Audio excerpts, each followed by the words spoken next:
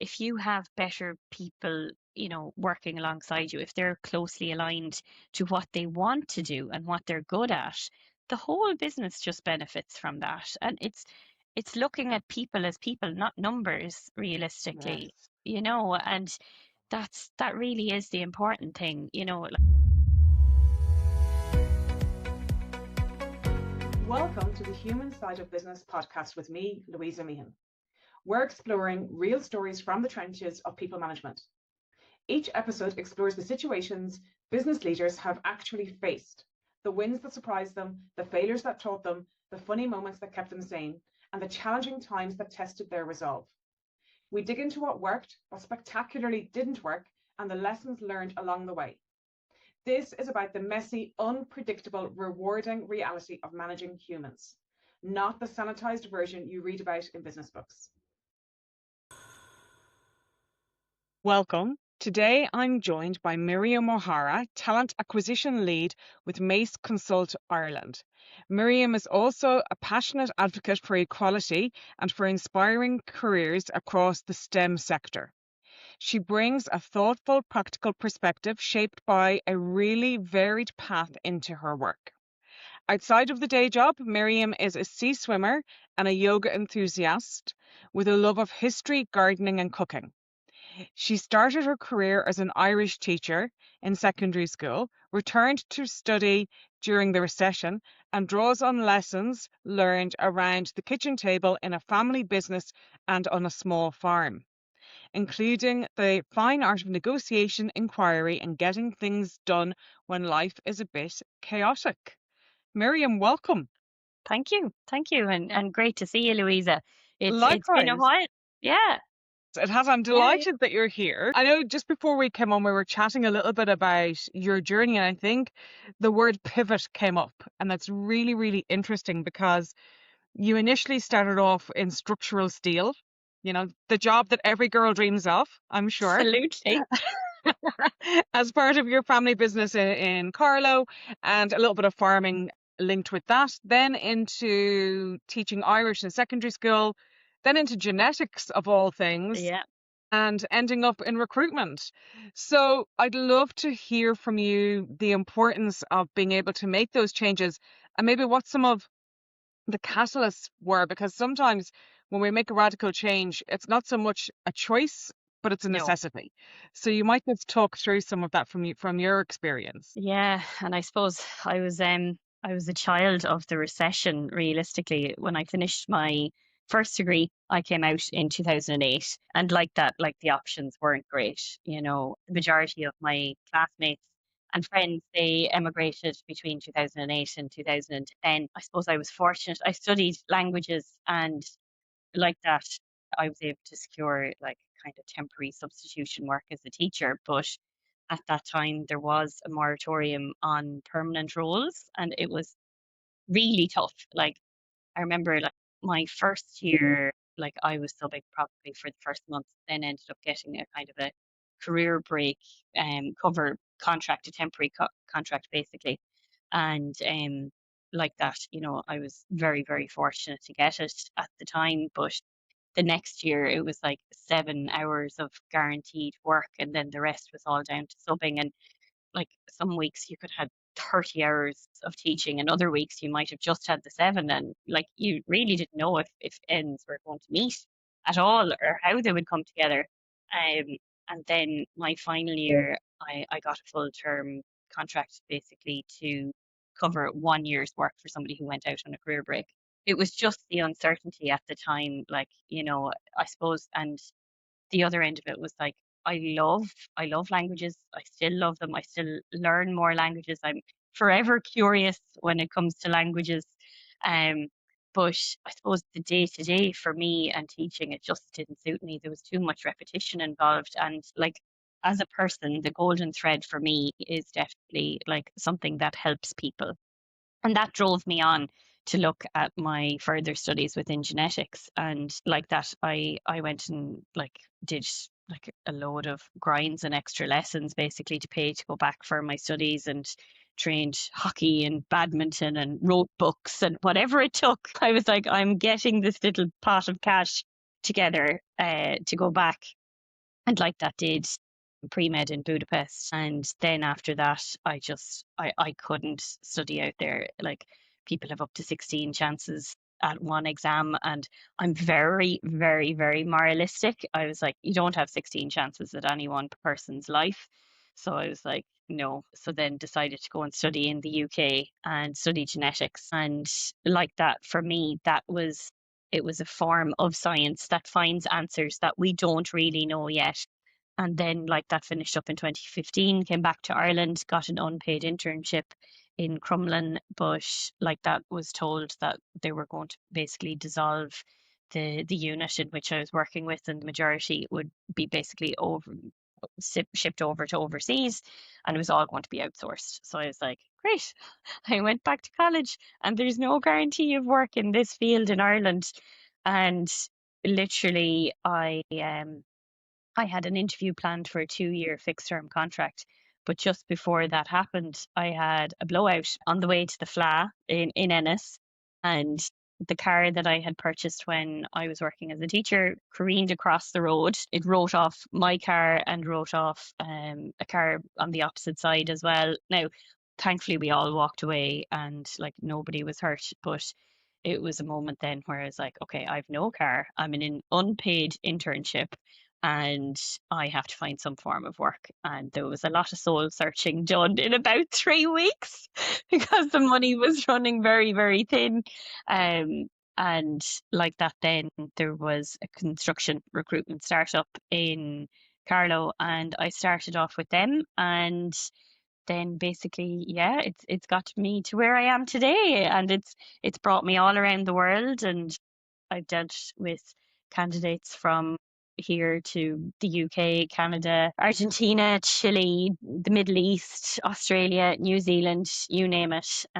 Like that, some are from the Irish diaspora, others have they have a personal connection to Ireland, or like that, they're just curious. They're looking to come and work in Ireland and experience life over here, and it's been a great journey in between. And so are the jobs based in Ireland and the candidates are coming from around the world, really, it Yeah, sounds. yeah, yeah, absolutely. At the minute, the major clients that we work with are Airgrid Irish Water and Metrolink. And Okay.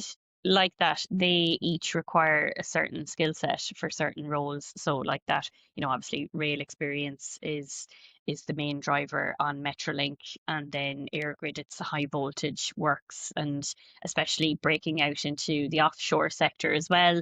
And then in Irish water, it's water, wastewater above and below ground, realistically, and like that, the Irish market, as far as infrastructure is concerned, it is experiencing this absolutely ginormous boom at the minute. Like, if everything keeps going the way it's going, like we're looking at an extra 55,000 staff required to fulfill the requirements of the projects that are lined up with 2040. Sorry, I'm just going to stop you there for a second. So you're saying across Ireland, we're looking at an extra Yeah. 55,000 roles this year. No, between now and 2040. So So between now between and now and 2040, but 2040. that's like a small village. It is, yeah. It's a decent town. It's a Small decent villages town. are 500 people. 55,000 is a decent town, It's a Louisa. decent town, and Yeah, those people would have families and all. And are we looking at those people coming from outside of Ireland in? Are we creating them? I know you're interested in STEM yeah, and education. Are we yeah. creating them sort of within the country and evolving it up, or how do you see that working? It has to be a mix of both, realistically. I suppose the timing is very fortunate. There's major projects like in the UK that are getting shelved at the minute because they're 500 million in debt every week as a result of Brexit. In Australia, Sydney Metro and Melbourne Metro, they're pretty much finished up. There's additional works out to the airport, all right, but Auckland Metro is pretty much finished up as well. So there's major clusters of where the Irish diaspora had been involved in.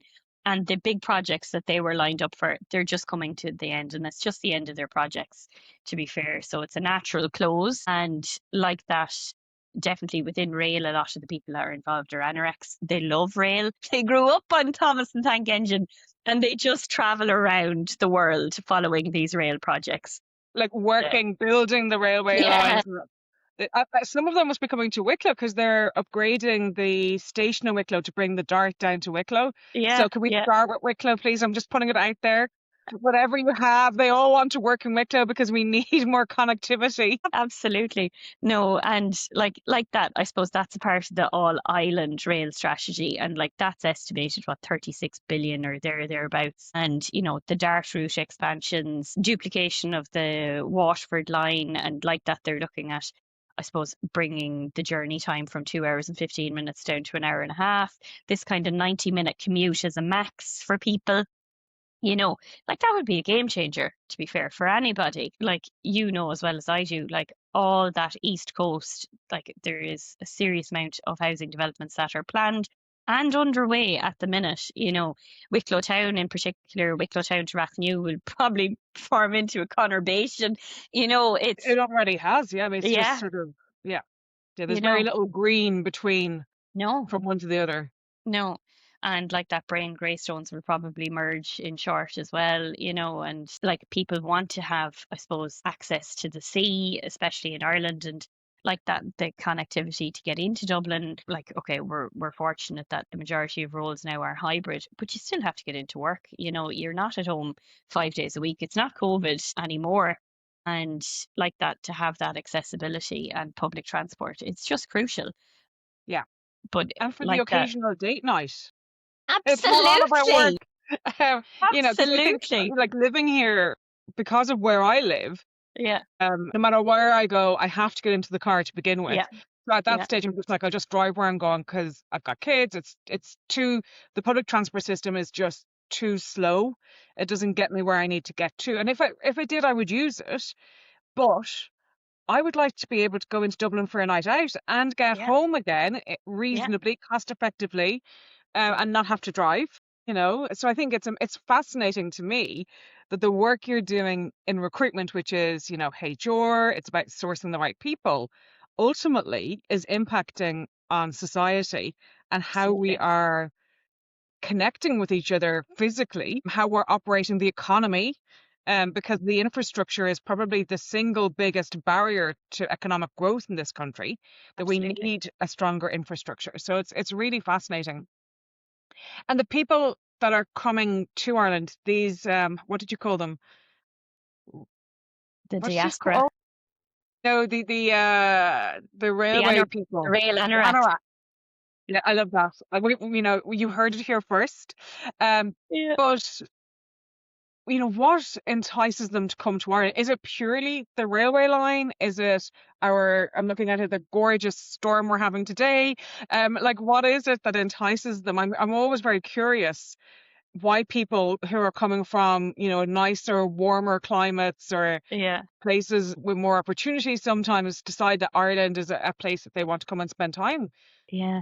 And that, to answer that properly, it is multifaceted. With the Irish diaspora who are relocating, it's normally the second child, a sick parent, farming, or they're lonely.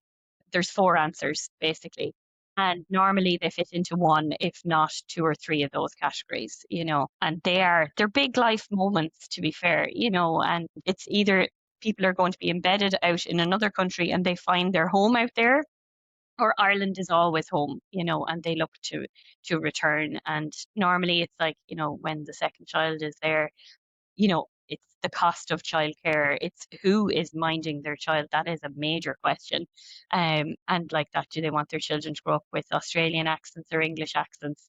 And, when they have their calls with their grandparents and their relatives back in Ireland, that's where they have that moment that, like, our children are missing out on this precious time, and their families are missing out on that time as well. For those who don't have a personal connection to Ireland, it's very interesting to see how they break it down. And, you know, right now, in the last week, I have had a surge in people who are based out in the Middle East. And like that, I suppose there was only about a tenth of them were actually Irish who have reached out. A lot of them, it is for personal safety. It is down to the fact that we are politically neutral. Now, touch wood, you know, Yeah. and far away from, I suppose, the epicenter of the violence right now, and that is the truth of it. Then there's other people who want to come to an English speaking country that is within the EU. The call I had just before now was an Australian candidate like that, has no personal link to Ireland but wanted to travel, and like that, that wanderlust, the wandering Anguses of the world. Like, people will always want to travel, and Brexit has definitely changed that for some individuals. Like the policies to recruit people in the UK, and the work permit situation, it's really costly, and it is quite complicated, versus in Ireland, like it's €1,000 and you have to have 2 years guaranteed work, for your critical skills or your general work permit. And that opens up a lot of doors, and people see that, even though it's a lot of paperwork for my end, it is a lot more welcoming than knowing that there has to be serious stipulations to let someone into the country. um, for us, like, we've had to look at work permits, for individuals, and like, because it's looking for somebody who comes from a different culture, different experience, it just enriches the process. It gives you a different view on how to run projects, how to work with people, and we can't all be the same. There has to be diversity of thought. And I think that now, and especially like, the different referendums that have passed, and, how Ireland views women in the workplace, how Ireland views, the Equality Act and marriages and whatnot, they are steps, I suppose, to show that we are a more welcoming society. And that in itself, given that like sense of safety for people, that's a huge attraction point right now. And then obviously a milestone project like the likes of Metrolink, or else, knowing that you're a part of creating a better future for the country with the likes of Airgrid and Irish Water, like, there's a great feel good factor to the work. You're Yes. not developing these huge commercial high rise buildings just to, line the pockets of fat cat developers. These are projects that affect everybody, and it's the main reason why I'm in this job, to be fair. And you have a great sense of pride about what you do. I suppose it's great for me now because we do very, very similar works all around the world. We have rail teams in Canada and the States and the UK, and we've worked in Hong Kong on rail projects as well, and water projects in Australia and the UK and in Ireland. And like, it brings a certain amount of circularity, and it creates a brand awareness and a market for ourselves to kind of fish out of as well. And then it opens up doors. If someone gets a job in Ireland with ourselves, then people, they're free and easy to go and apply to work on something similar in another country, and they can become these subject matter experts. And I suppose, having these projects, they're gateway projects as such, to help people to develop within their career. And, like that, the reasons why people are applying, is it really does align to that. It's like, it's the culture that we live in, the actual prospects of employment. Project 2040 has a lot to answer for, that gives it does give a clear guideline as far as, what's expected, what the government want to do. And in comparison to other European countries, there isn't set documents per se that give a timeline for as long. It's largely 5-year developments. And then, some of the political leaders at the minute, they're changing their tune depending on the news per day. And like, that's just going to lead to a lack of confidence, realistically. If the government can stick to one clear message and keep that going in the right direction, people are going to be happier. You're not going to keep everyone happy, but as a whole, for people who are trying to come into the country, they are genuinely going to be happier to see that, and, to have that leadership and thought process aligned. Yeah. And I think yeah, for people in the country as well, it's so important. absolutely. Like, one of the biggest risks we have with the political system across a lot of the Western world, because we are democratic, because we like to decide who our leaders are, because we want to do that every, however many years it is, depending on the situation, normally around 3 or 4 years.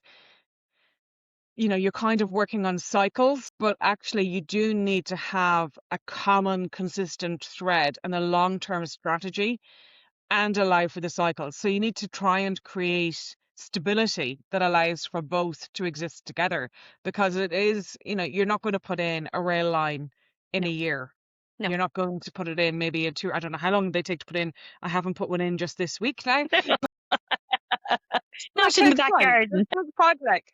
It's really fascinating because I think a lot of us, speaking for myself, any of the information I would have in relation to programs like that comes from the media. And a lot of the time there is criticism in terms of the government not moving fast enough, not doing this, not doing that, because it's easy to criticize and it's harder to look at what is being done. So it's really interesting to hear your perspective as somebody who's working alongside the sector saying, no, actually, there is a clear plan. We are looking at recruitment. We're clearly going to have a new town of railway Yeah, workers and infrastructure infrastructure. workers. Yeah, And you're going to have to come up with a cool name for this town. I know. But, I think that will give comfort to a lot of people in terms of the economy, in terms of business, in terms of growth, in terms of strategy. It's very important. It's important across the whole country. I do think given where people live, it's probably a little bit even more, not necessarily more important, but more urgent in Yeah, the eastern side of things. yeah, I'm from the West. I love the West. My heart will always be in the West. But when I go down to Sligo or Leitrim and people are like, oh, there's awful traffic and it's taking them, an extra 20 minutes. yeah. I'm like, that's not bad traffic. That's just No, a hiccup. It's a hiccup. yeah, And you come over and you're heading into Dublin and it takes you an extra 2 hours. That's bad yeah. traffic. So yeah, I think it will be good to see some of those projects. Listen, moving a little bit away from the infrastructure, as important as it is, I know that you're an advocate in terms of equality in the workplace and with looking at issues such as the work that's done around International Women's Day and Give to Gain. A passion of yours, as I understand it, is about the importance of lifting others up alongside yourself. So, do you want to maybe talk to some examples of where you've seen that really happen from a workplace perspective? Yeah, I suppose last week even I was approached by a colleague who is based in another country, and like that they're having a bottleneck as far as recruitment is concerned. Like that, they're not getting the right candidates at the right level across, and like that they're not able to fulfill the contracts. And it comes down to the right person at the right place at the right time, realistically. And sometimes the answer, it isn't something complicated. Realistically, it's just asking the right questions. And like within my job every day, you have to ask those right questions. And simply within 2 hours we had it broke down into a matrix as to say, how do you qualify people that are going to win these bids first, that are going to win these contracts, that are going to be able to fulfill it. And it was simply by building out like a weighted matrix to say, like, the importance of skills, the importance of a location of a candidate, the importance of mobility. Can they come into the office 3 days a week, 4 days a week, 5 days a week? Aligning their salary expectations, and then aligning them to the cultural values of the company. Because a lot of the projects that we're involved in, they're very long term, and it's anything between 5 to 15 years. So, like, you have to know who you're dealing with. Are they going to be a good ambassador for the business? And like that, by simply just building it out and looking at the requirements and looking where people were falling short, that's how we were able to, come together and to reshape how recruitment is going to be done now for that sector in that country. And everybody learns and everybody develops. If you have better people working alongside you, if they're closely aligned to what they want to do and what they're good at, the whole business just benefits from that. And it's looking at people as people, not numbers, realistically. And that really is the important thing. I would be drove mad sometimes if it's a constant KPI driven environment. We all have to be there, but it's like, are we actually looking at the people that we have? Are we seeing, are they happy in their jobs? My master's when I was studying under you was all based on retention, which is the complete antithesis for a recruiter. We should be chucking them out of jobs.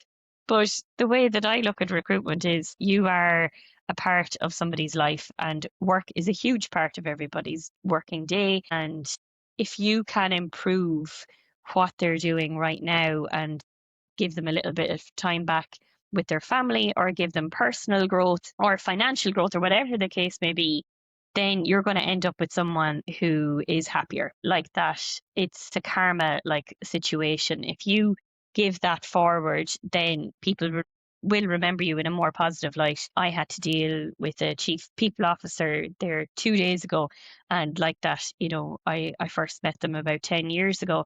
And because the relationship, I had always been brutally honest with them, like they're always going to be brutally honest with me. And it's like creating that social capital realistically. I had another situation where I had to go and train up a UK based colleague to assist in works in Ireland. And you know, like the first thing I did was basically introduce them to Project 2040 so they would know exactly what's important. And like that, before I had worked with them, they were in a very, very delicate place as far as work was concerned because of cultural issues. They got off on the wrong foot with somebody just based on how they communicate. And like there was no ill intent on either side, but it was just like how one culture would look upon, I suppose, like greeting people versus another.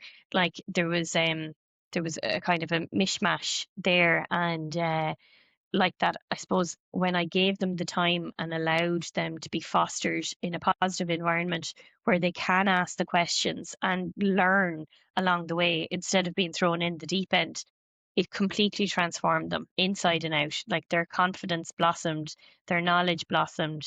When it came to them having conversations with candidates, they knew exactly what the projects were, they knew exactly what to look out for. It just streamlined the entire process by giving that time to them realistically, and guiding them along that. And I suppose giving them a clean slate as well, and like that. I know we can all be terrible for thinking, oh, do you remember that time when da da da da da? But everybody deserves a chance. And like that, if people are willing to go on that journey with you and to take your advice on board and to work with you and to discuss it and work it through, then that's giving on both sides. Everybody gains realistically. um It's interesting. One of the things that you said there, Miriam, was about being happy. yeah, And like I've only ever worked in HR. And for me, for a long time, I felt like you wanted to be happy at work, but yeah, it was seen, certainly, I don't know whether it really was or whether I was imagining it, because sometimes you can mix it up in your own head. But I did certainly feel like it was almost weak or unprofessional to say that you should be happy and feel joy at work. You weren't coming to work to be happy, you were coming to work to do work, and work is hard, and work is about giving, not taking, and all of these things.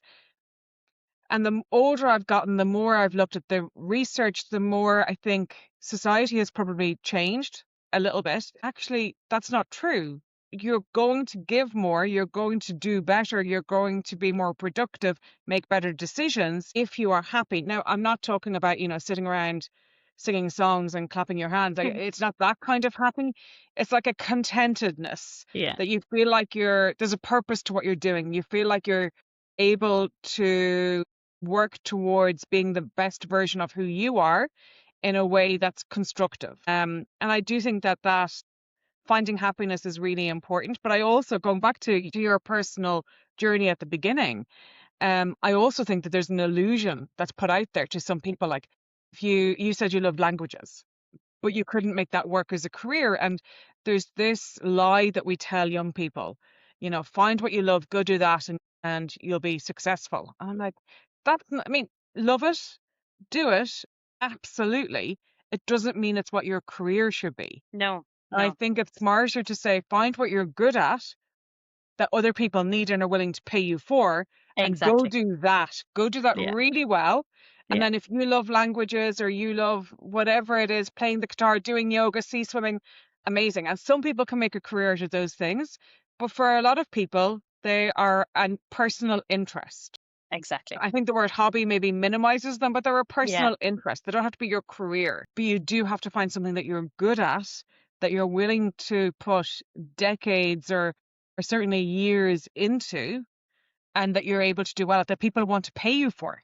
Because this is it. ultimately, you go to work. So when your tire blows out and your car is written off, you can do what you need to do to get yourself reestablished. Yeah, no, this is it. And it's resilience as well.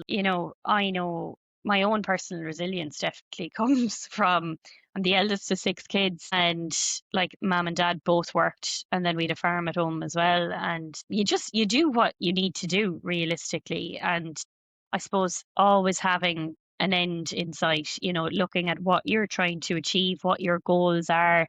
If it's a car, a holiday, or just paying the bills at the minute because everything has gone so expensive. I know. You have to just, keep true to it and, put the head down realistically. But like that, I totally agree with the personal interest front. Um, like I know, like definitely when it came to me with languages, like I was very good at them. And like that, mom and dad were like, why don't you try teaching? Because teaching's a great job for women, great job, great holidays. I just got bored. I worked through all of my holidays. Like I just saved up money. I just couldn't deal with all the free time. Now I'd like an extra week or two, I wouldn't lie. Life is about balance, isn't it? And it is, cooking is a great job if it's something that That's you for enjoy you. doing. Yeah, exactly. It's Exactly. not Yeah. a good job if you're not happy there. No, no. And like that, a lot of my friends are great teachers, and like you can just see the love in what they do, and it's brilliant to be around them, to be honest.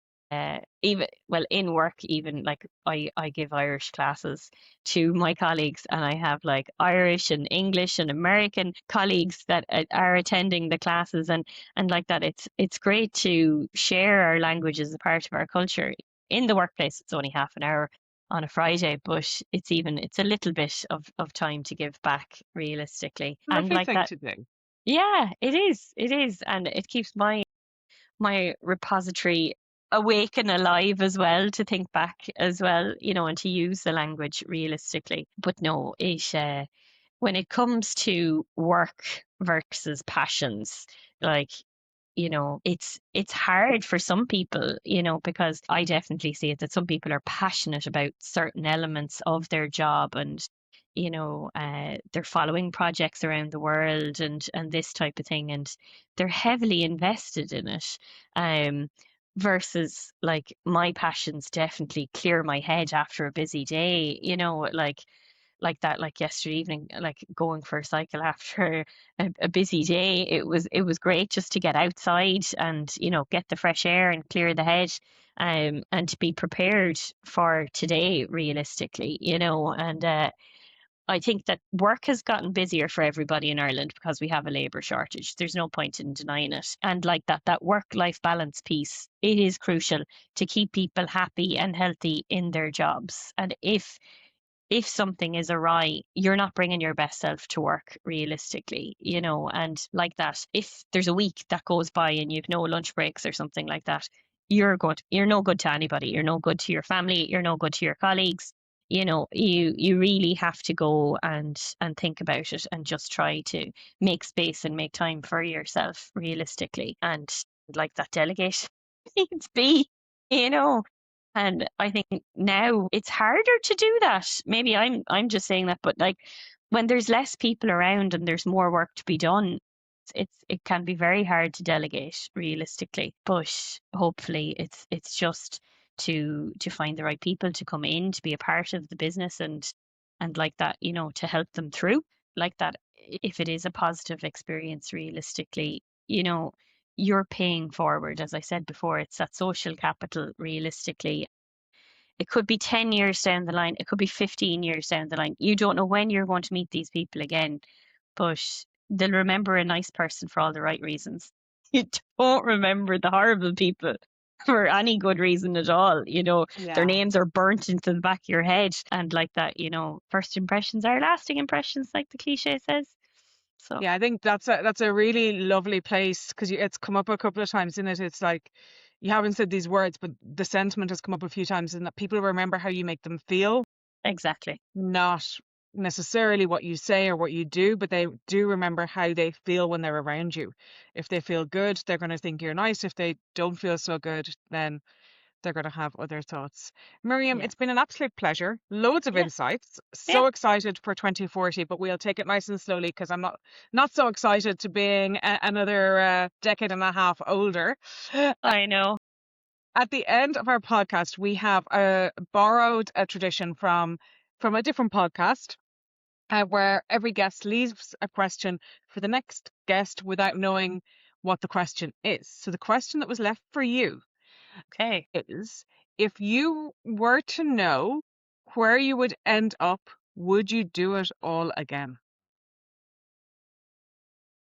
That is a good question. I would probably say yes to getting to where I am today. If it was back 10 years ago, it would be, yeah, there was great amount of uncertainty as well. You know, right now we're very fortunate that the economy is booming, and like that, I suppose I've had the personal realization I know what I'm good at now. I probably didn't really know what I was good You at. found your niche. It sounds like you've really found a niche. You know, like right now, I'm very comfortable in what I do, and like I'm still challenging myself, definitely.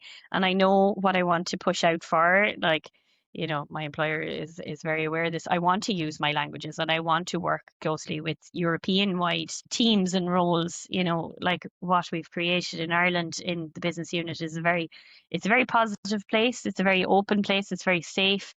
We've had brilliant facilitators that have come in to help with, you know, like personal development of our people. We look at people as people realistically, but what we have done, like, you know, we could emulate that in other countries. And I suppose right now it was a rocky road to get here, definitely. But I am happy. I am happy that I'm here. I learned so many lessons along the way.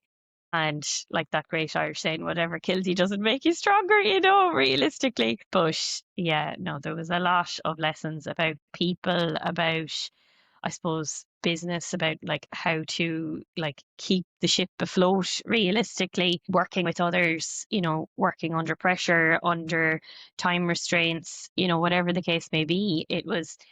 I didn't get to this point by not doing a variety of things. I don't know if I had just came out of school and gone straight into recruitment, if I'd be any good at it, because you know, I wouldn't have had the people capital, I wouldn't have had the knowledge, I wouldn't have had the exposure, I wouldn't have the chance to go and do the masters under your guidance either.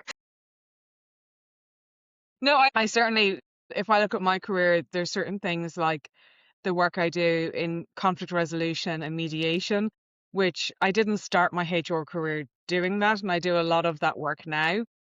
But I do think I kind of had to have some life experiences. I had to be Yeah. hurt a Yes, few times. exactly. I Yeah. had to feel pain. I had to have conflict other than just fighting with my sister, you know, Yeah. as siblings do. That doesn't really count. No. But there had to be some way of connecting and understanding where people are at from an empathy perspective before I could embrace that part of my career journey. And I look forward, as I'm sure you do, to seeing what we're both doing in another 20 years This is it. when we're, you know, getting the railway everywhere.